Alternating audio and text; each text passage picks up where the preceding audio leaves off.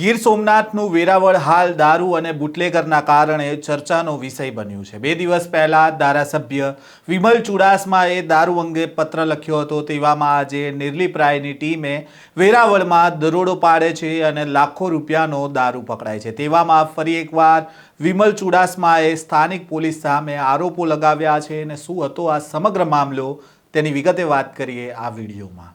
વૈષ્ણવજન તો તેને કહીએ જે પીડ પરાઈ જાનાને રે।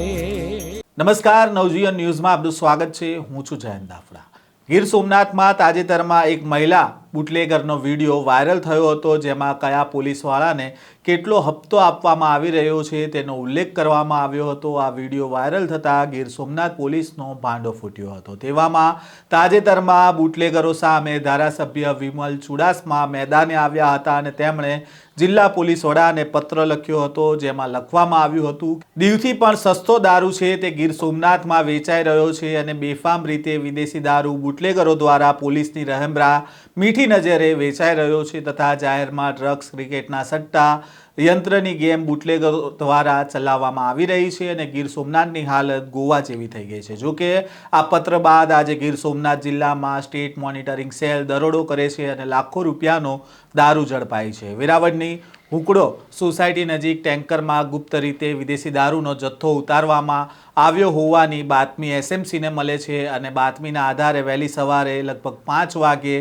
દરોડો પાડવામાં આવે છે અને પોલીસે એક કન્ટેનર ઝડપી પાડ્યું, જેમાં ખાસ બનાવેલા ચોરખાનામાં વિદેશી દારૂની કુલ 19,375 બોટલ છુપાવવામાં આવી હતી। સાથે જ આ દારૂનો જથ્થો મંગાવનાર અને વેરાવળના કુખ્યાત બુટલેગર સહિત 3 આરોપીની ધરપકડ પણ કરવામાં આવી છે।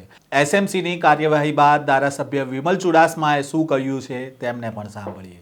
જે દીવ કરતાં પણ સસ્તો દારૂ વેરાવળ પાટણ ભીડિયામાં મળી રહ્યો છે અને જે દીવમાં દારૂ નહોતો મળી રહ્યો એ વેરાવળમાં મળી રહ્યો છે અને એ સિવાય પણ ડ્રગ્સ પણ મોટા પાયે વેચાઈ રહ્યું છે, જુગારધામ પણ મોટા પાયે ચાલી રહ્યા છે, ક્રિકેટના સટ્ટા મોટા પાયે ચાલી રહ્યા છે અને ગલીઓ ગલીઓમાં યંત્ર નામની ગેમ જે બિનકાયદેસર રીતે ચાલી રહી છે। ત્યારે ધોમ એક જાતનું વેરાવળ પાટણ ભીડિયા શહેરને એક જાતનું કેસિનો જેવું બનાવી દેવામાં આવ્યું છે, જેમ ગોવામાં બનાવેલું હતું એવી પરિસ્થિતિનું નિર્માણ થતું। ત્યારે લોકો દ્વારા ખૂબ મારી પાસે ફરિયાદ કરવામાં આવેલી અને એના અનુસંધાને મેં એસપીશ્રીને પત્ર લખેલો કે સ્થાનિક પોલીસની દ્વારા મંજૂરી આપવામાં આવેલી છે અને નકલ રવાના નિલીપ રોયજીને જે સ્ટેટ મોનિટરિંગ સેલના અધ્યક્ષ છે ગુજરાતના અને director general of police DGP શ્રીને પત્ર લખેલો। ત્યારે આજ રોજ મને જાણવામાં આવ્યું કે અંદાજિત 471 પેટી જે વિદેશી દારૂ પકડાણો છે એ પણ મહારાષ્ટ્રનો છે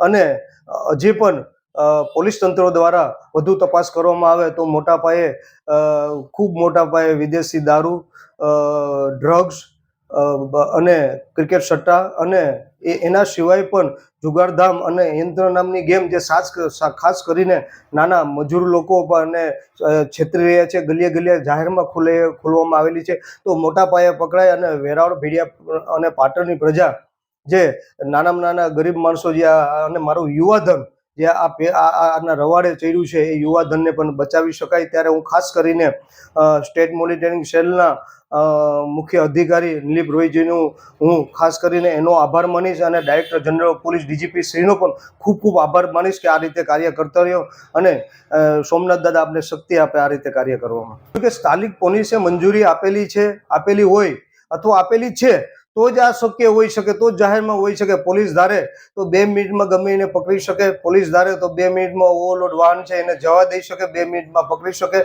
પોલીસ ધારે તો 2 મિનિટમાં ખોટી રીતે કોઈને દંડ આપી શકે। નાના નાના ગરીબ માણસો જે ગામડાથી વાહનો લઈને આવતા હોય અને 2 મિનિટમાં ધારે તો એને જવા દઈ શકે। એટલે પોલીસની નજર નીચે, કારણ કે ઘણી પ્રકારના બ્રાન્ચીસ છે, બધાની પોલીસની નીચે એમની પાસે બધી માહિતી હોય છે, એટલે પોલીસે ત્યાંની સ્થાનિક પોલીસની મીઠી નજર નીચે ચાલી રહ્યું હોય તો જ આ ચાલી રહ્યું હોય અને એના કારણે સ્ટેટ મોનિટરિંગ સેલના જે મુખ્ય અધિકારી છે નિલીપ રોય અને એની ટીમ દ્વારા એ રેડ પાડવામાં આવી તે ફરી નિરપ્રવીજીની અને એમની ટીમ અને director general of police DGP શ્રીનો ખૂબ ખૂબ આભાર માની છે. વિમલ ચુડાસમાએ એસએમસીની ટીમનો આભાર માન્યો. સાથે તેમણે સ્થાનિક પોલીસ ઉપર આક્ષેપ કરતા કહ્યું કે સ્થાનિક પોલીસે મંજૂરી આપી છે એટલા માટે જ જાહેરમાં દારૂ વેચાઈ રહ્યો છે. બાકી પોલીસ ધારે તો તેને 2 મિનિટમાં પકડી શકે છે. સાથે જ સ્થાનિક પોલીસની રહમ નજર હેઠળ જ આ બધું ચાલી રહ્યું હોવાનો વિમલ ચુડાસમાએ દાવો કર્યો છે. હવે જોવાનું રહ્યું કે ધારાસભ્ય જે પ્રકારે દાવો કરી રહ્યા છે તેને લઈને હવે જિલ્લા પોલીસ વડા દ્વારા શું કાર્યવાહી કરવામાં આવે છે. આ પ્રકારના સમાચાર અહેવાલ સાથે ફરી મળીશું. નવજીવન ન્યૂઝ સાથે જોડાયેલા રહેજો.